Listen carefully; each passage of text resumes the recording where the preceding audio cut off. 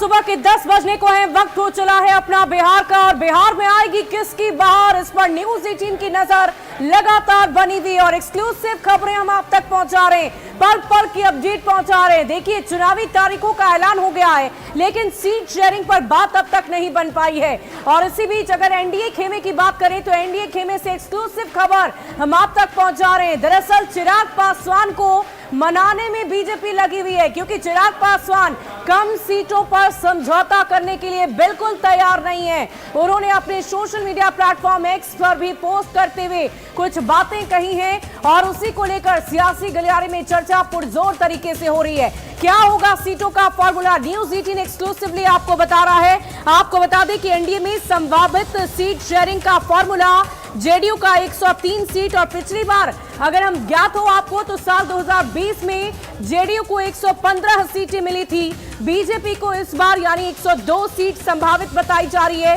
पिछली बार को अगर हम याद करें तो 110 सीटें बीजेपी को मिली थी। एलजेपीआरवी 20 से 25 सीट की मांग कर रही है, हम 8 सीट की मांग कर रही है, और पिछली बार की जो सीटों की संख्या जीतन राम मांझी की पार्टी की थी वो 7 सीटों की थी, आरएलएम 5 से 6 सीट। महागठबंधन में अगर हम सीट शेयरिंग के फॉर्मूले की बात करें तो जो सूत्रों के हवाले से जानकारी हम तक पहुंच रही है वो ये है कि आरजेडी 134 सीटों पर चुनावी रणभूमि में अपने उम्मीदवारों को उतारेगी। पिछली बार आरजेडी को 144 सीटें मिली थी, यानी कि 10 सीट ज्यादा इस बार आरजेडी अपने पास रख सकती है। कांग्रेस 60 से 65 सीट, हो सकता है कि कांग्रेस में 70 सीटों से कम सीट यानी कि 5 सीट और कम उन्हें मिल सके। लेफ्ट में 35 सीटें, पिछली बार 29 सीट मिली थी, जेएमएम को भी 2 सीट मिल सकती है। वीआईपी 60 प्लस सीट पर लड़ना चाहती है, वीआईपी को 10 से 12 सीटें मिल सकती है, और पिछली बार एनडीए से 11 सीट पर वो वीआईपी पार्टी यानी कि विकासशील इंसान पार्टी की बात करें तो उन्होंने चुनावी लड़ाई लड़ी थी वीआईपी प्रमुख मुकेश सहनी ने। तो देखिए, सीट शेयरिंग को लेकर लगातार चर्चा हो रही है। अब ऐसे में देखने वाली बात होगी कि क्या फॉर्मूला सेट हो पाता है, क्योंकि लगातार चुनावी तैयारियां की जा रही है राजनीतिक दलों की तरफ से, और लगातार बैठकों का दौर जारी है। ताबड़तोड़ बैठक चल रही है, दिल्ली से पटना तक बैठक चल रही है, लेकिन सीट पर सेटिंग कब होगी ये देखने वाली बात होगी। अभी फिलहाल चिराग पासवान को मनाने की बात चल रही है।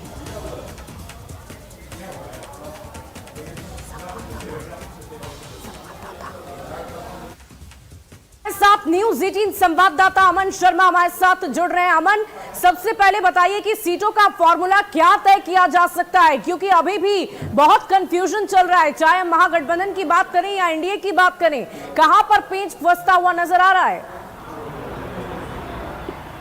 देखिए, बिहार एक राजनीतिक जटिल राज्य है जिसमें हमेशा से जो सीट डिस्ट्रीब्यूशन है वो आखिरी दौर में जाती है, और इस बार भी ऐसा ही लग रहा है कि सीट डिस्ट्रीब्यूशन आखिरी दौर में ही जाएगा।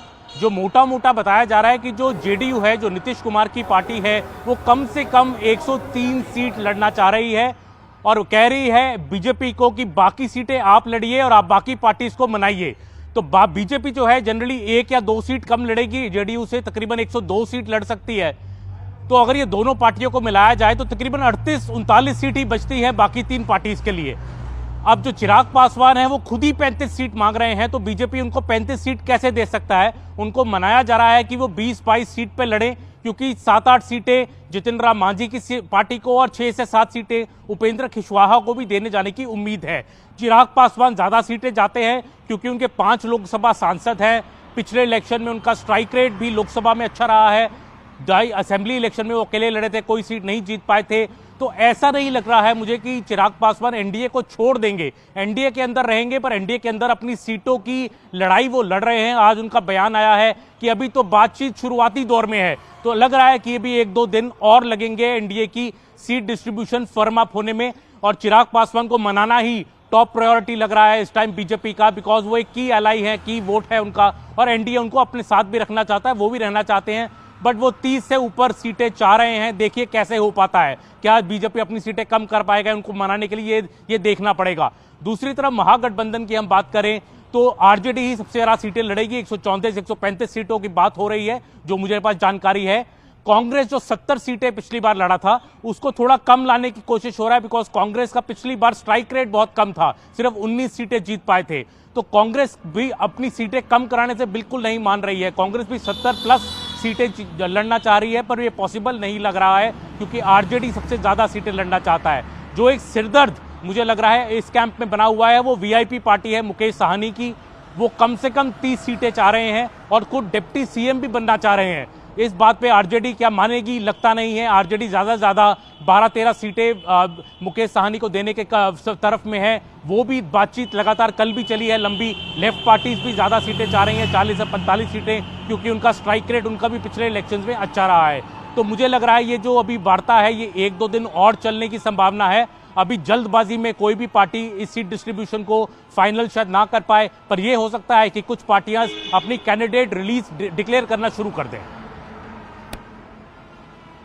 में महत्वाकांक्षा काफी होती है और उस महत्वाकांक्षा और उस उम्मीद को पूरा करना चैलेंज होगा दोनों ही गठबंधनों के लिए, अपनी जो सहयोगी पार्टी है उनके लिए। और देखिए हमारे साथ न्यूज़ 18 संवाददाता आनंद अमृतराज लगातार बने हुए। आनंद, हम जानना चाहेंगे कि अमन जो फॉर्मूले अभी हम तक पहुंचा रहे थे और न्यूज़ 18 जो एक्सक्लूसिवली अपने दर्शकों तक पहुंचा रहा है, क्या उस फॉर्मूले में खासकर अगर हमें एनडीए गठबंधन की बात करें तो चिराग पासवान मान जाएंगे क्या? देखिए, चिराग पासवान मान जाएंगे या नहीं मान जाएंगे ये बड़ा सवाल नहीं है। एनडीए के मजबूत घटक दल है। बिहार में तीसरी सबसे बड़ी पार्टी के तौर पे चिराग पासवान की पार्टी है। जाहिर तौर पे वो बार बार अपने आप को प्रधानमंत्री नरेंद्र मोदी के हनुमान के तौर पे पेश करते हैं। तो जाहिर सी बात, अब से कुछ देर पहले जब हम लोगों ने उनसे सवाल पूछा था क्या चिराग पासवान नाराज हैं, उन्होंने कहा कि समय आने पर सब कुछ जानकारी आपके सामने हो जाएगी और मेरे एक्स पर जो पोस्ट किया गया उसके कई तरह के अर्थ निकाले जा रहे हैं, जिन्हें जो अर्थ लगाना है निकालना है निकालें। जाहिर तौर पे चिराग पासवान को पता है कि इस वक्त आने वाले 24 घंटे में जो पार्टी जितना ज़्यादा प्रेशर बना सकती है अपने बड़े सहयोगियों पर, उन्हें उसका उतना ही फायदा मिलेगा। और चिराग पासवान को भी बखूबी ये पता है। चिराग पासवान ने कहा भी था कि पिछली बार मेरे बारे में कहा जा रहा था कि आपको सिर्फ 2 लोकसभा सीट मिलेगी और बाद में मुझे 5 लोकसभा सीट मिला। यानी कि चिराग पासवान ने उस उदाहरण के बहाने ये बताने की कोशिश की है कि मेरे बारे में जो भी कयास लगाए जा रहे हैं उससे कहीं ज़्यादा सीटें मुझे मिलने की उम्मीद है। जाहिर तौर पे जैसे अमन अभी हमको बता रहे थे और अमन ने जो जानकारी दी, एनडीए में कमोबेश प्लस माइनस 1 या 2 सीट इधर उधर हो सकता है और जो फार्मूला दिया गया बिल्कुल उसी के आसपास रहने की संभावना है। जाहिर तौर पे एक बात दिलचस्प है कि बीजेपी से 1 सीट ज़्यादा जेडीयू लड़ेगी या नहीं लड़ेगी, ये सबसे बड़ा सवाल है। और चिराग पासवान 25 प्लस जाएंगे कि नहीं, लेकिन हमारे सूत्र जो बता रहे हैं कि चिराग पासवान 25 के इर्द गिर्द सीटों पर मान जाएंगे और उन्हें मनाने की पूरी कोशिश है। और आने वाले समय में उन्हें कोई और बड़ा आश्वासन दिया जा सकता है, खासकर राज्यसभा सीट हो या फिर एमएलसी की जो भी बातें हो रही हो। लेकिन इतना तय है कि एनडीए के लिए आज का दिन बेहद महत्वपूर्ण है। जेडीयू के लगातार सोर्सेस से हम जानकारी ले रहे हैं और जो बातें हो रही हैं यही निकल कर आ रही है कि चिराग पासवान आने वाले 24 घंटे के अंदर मान जाएंगे। और ऐसी परिस्थिति आएगी कि एनडीए के वोटरों को, सबसे बड़ी बात है कि अगर आप सीट को लेकर जिद फैलाते हैं और वाकई आनंद देखने वाली बात होगी कि चिराग पासवान जिस तरह की उम्मीद कर रहे हैं उस उम्मीद पर एनडीए गठबंधन खड़ी होती है या नहीं, और क्या बात निकल कर सामने आती है, सीट का फॉर्मूला क्या सेट होता है। फिलहाल तो ताबड़तोड़ बैठकें चल रही है। और देखिए इसी बीच हमारे न्यूज़ 18 संवाददाता दिल्ली से अमन लगातार हमारे साथ बने हुए। अमन, मैं आपसे ये जानना चाहूंगी कि आप कुछ ही देर पहले स्ट्राइक रेट की बात कर रहे थे, अलग अलग राजनीतिक दलों की क्या स्ट्राइक रेट रही थी, उसके हिसाब से सीट शेयरिंग का फॉर्मूला तय किया जा सकता है क्या? देखिए, स्ट्राइक रेट एक इंपॉर्टेंट फैक्टर है और मैं पटना से आपके साथ हूं, पर यह कहना है कि देखिए लेफ्ट पार्टीज जो हैं, क्योंकि उन्होंने लोकसभा में भी अच्छा प्रदर्शन किया, पिछले असेंबली इलेक्शन में भी अच्छा प्रदर्शन किया, तो वो तेजस्वी यादव को यही कह रही है हमें ज़्यादा सीटें दी जाएंगी तो हम ज़्यादा सीटें जीत पाएंगे।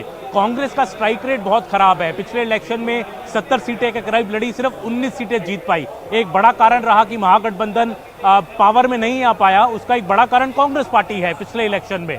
तो ये बातें रियलिस्टिक हैं और इस बातों पे तेजस्वी यादव भी कांग्रेस को ये समझाने की कोशिश कर रहे हैं कि रियलिस्टिक नंबर ऑफ सीटों पे आप लड़िए जिन पे आपके जीतने का चांस ज़्यादा है। बट कांग्रेस में हमेशा क्या होता है कि इज्जत की लड़ाई हो जाती है कि हमें एक रिस्पेक्टेबल नंबर चाहिए। तो ये बातें अब लालू प्रसाद भी क्या इसमें वे करेंगे कि सिर्फ तेजस्वी यादव डिसाइड करेंगे कि कांग्रेस मान जाएगी, ये बातें मुझे लगता है भी 1 आध दिन और लगेगा। दूसरी तरफ एनडीए, आप एनडीए का कैंप देखें, चिराग पासवान का भी यही कहना है कि मेरा स्ट्राइक रेट बहुत अच्छा है। आपने पिछले लोकसभा इलेक्शन में देखी है, मैं 5 सीटें जीता और जितनी भी सीटें दी गई हम जीते, तो हमारे में ज़्यादा सीटें मिलती हैं असेंबली इलेक्शन में, उसमें भी अच्छा परफॉर्म कर सकते हैं। वो सारी सीटें हम श्योर शॉट जीत सकते हैं। चिराग पासवान ये भी बीजेपी को समझाने की कोशिश कर रहे हैं कि मुझे सीटें अक्रॉस द स्टेट चाहिए, कोई सिर्फ एक रीजन में नहीं चाहिए। हमारे 5 एमपी हैं तो उन 5 लोकसभा क्षेत्रों में हमें 2 से 3 सीटें मिलनी चाहिए। तो और भी क्षेत्र में उनकी डिमांड है, कई सीटों पे बीजेपी के सिटिंग एमपी हैं, तो मामला थोड़ा चिराग पासवान को लेकर जटिल है। ये उम्मीद जरूर है कि कल तक वो शायद, जैसे हमारे सहयोगी बता रहे थे, 25-26 सीटों पर मान जाएं, पर अभी वो 30-35 सीटों की डिमांड उन्होंने रखी है। देखिए ये बात कहाँ तक जाके बनती है। वाकई अमन, इंतजार रहे और इंतजार पूरे बिहार की जनता को है, तमाम राजनीतिक दलों को भी है कि बात कहां पर जाकर बनती है, सीटों का क्या फॉर्मूला तय किया जाता है। और देखिए लगातार इस पूरी खबर पर आप नजर बनाए रखें, हम फिर आपसे जुड़ेंगे और पूरी जानकारी लेंगे। और देखिए चिराग पासवान ने अब से थोड़ी देर पहले एक पोस्ट किया था और उसी पोस्ट पर उनकी प्रतिक्रिया आई है। उन्होंने कहा है कि वो जनता के बीच बताने का कार्य करते थे, जिनमें से उनकी ये कुछ पंक्तियां हैं जिन्होंने हमेशा मुझे प्रेरणा दी है। जब जब कठिन दौर से मैं गुजरा हूँ, तब तक उनकी यही पंक्तियों ने मुझे ताकत दी है।